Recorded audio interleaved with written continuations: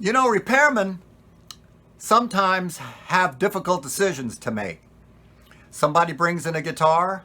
I remember I had a girl bring in a guitar one time at Steve Spellman's shop in downtown Washington, D.C. And she came to pick it up, and it was a piece of junk. And I said, I'm sorry, the guitar is not worth fixing. You know, it's just not. And she burst into tears. She burst into tears. And, gee, what did I say? So sometimes you're in a position that the customer, you don't know what you're going to expect. Also, you don't know what they're going to respond to just generally when you tell them, in your opinion, what the problem is, what the fix is, how much it's going to cost, all these factors. You never know what the response is going to be. You just are honest with them and you see what happens, and it goes back and forth, and either you do something to the instrument or you don't. I remember James Monroe came into the shop one day, Bill Monroe's son. Very nice, quiet-spoken fella. He was probably about my age, and this was in the late 70s, so he's probably in his mid-30s. And he brought, maybe he was a little older, I'm not sure, but he brought his D28, had a D28, Martin D28, I think in 1940s, maybe 50s, D28. And he said, plays out of tune. He said, when I put the capo on, it plays out of tune. And I looked at the guitar and I said, well, yeah, it does. The action's a half an inch high at the 12th fret. It plays way out of tune. He said, yeah, that's what I'm saying. It plays way out of tune. I said, I need to play in tune. I said, well, this guitar needs what we call a neck set. It's shifted. The whole guitar is caved in. And I said, it needs to have the neck set so that'll bring the strings down. Oh, no, no. Oh, no, no. No, strings got to stay where they are. No, if you bring the strings down, it's going to ruin the volume. It's going to ruin the volume. You got to leave it like it is. The strings are fine. I just got to have playing too. Well, what do you do? What do you say? I tried to reason. I said, no, it doesn't work that way, James. You know, when you take it back, it's not going to be any less volume. It's going to be fine. And it's going to play in tune. And it's going to be easier to play. How can you play it like this? No, got to have that high action. Got to have that high action. I said, okay, look, there's only one thing that can be done. The saddle's got to be moved way back. And you can't do it. There's not enough bridge there. I mean, if you want, it's a nice instrument. You don't want to do that. You're going to have to build a different bridge, a wider bridge, move the holes back, move the saddle back. I've never done anything like that. This is not kosher at all. And he said, well, he said, do it. And I said, he said, well, play in tune. I said, well, as in tune as any Martin will play. But I said, it will affect the value of the instrument as well. He said, I don't care about the value. I got to play it. I got to have play in tune. And you can't lower those strings. So I said, okay. And I thought about it. And I said, I want to make him happy. I don't think George, it's not George's instruments, George Gruen, the shop owner, he's not going to care one way or the other.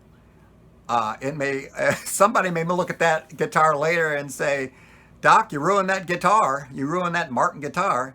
Well, I didn't look at it as that Martin guitar. I looked at it as James Monroe's Martin guitar.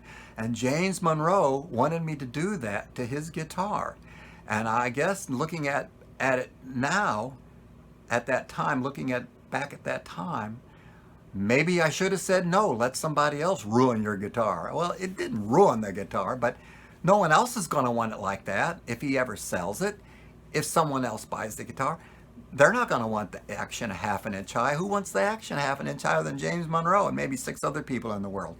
Anyway, I did it. Yeah, I did. Of course I did it. I built another bridge, wide, moved the saddle back, and he was tickled to death.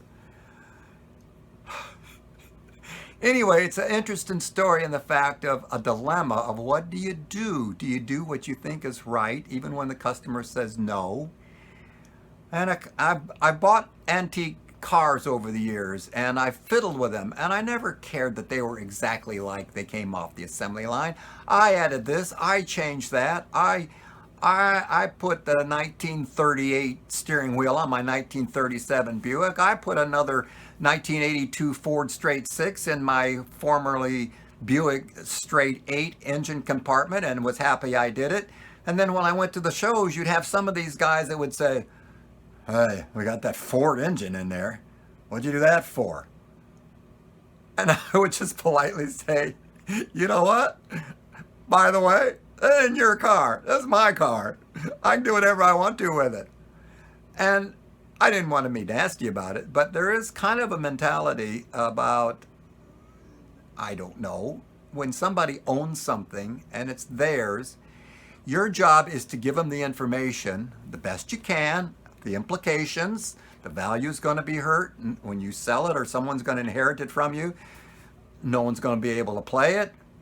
They're going to have to reset the neck, and they're going to have to move that saddle back forward, and they're not going to be able to put a Martin, original Martin size bridge on it. They're going to have to use your footprint of that wide bridge. That's going to have to stay like that, unless you want it to be very noticeable and refit. No, you can't do it because the bridge pinholes are in a different place now. So I did the repair. He was tickled to death. And I guess that's the end of the story. But now I think back and wonder, you know, maybe I shouldn't have done that repair. Maybe I should have let somebody else do that repair. But I made him happy. And you know what? I guess now thinking about the whole thing, I think I would have done it again. I wanted to make him happy. I made him happy. I think that was the best choice. You can disagree, and that's fine. And maybe I'm wrong as hell. But anyway, I made him happy. So I think now he's actually sold the guitar. I think I saw it on the internet for sale. And everybody's wondering, what the heck is that funny looking bridge on there for? So I probably need to tell him, hey, I could tell you the story about that funny looking bridge. So I think he sold it back to George Gruen, and they reset the neck properly. And of course they would have had to move the saddle. And I don't know if they moved the bridge pins or not. I don't know. But anyway, those of you that have no idea what I'm talking about, I apologize. But this little movie is for the guitar aficionados, I guess, guitar collectors, people that are familiar with James Monroe and his music, and of course his famous father, Bill Monroe. But I'm going to make some movies of some of the interesting instruments, interesting characters I ran into, and in my experience as a repairman, maybe as my experience as a musician, and through the years, and some of them may be interesting to some of you. So there you go.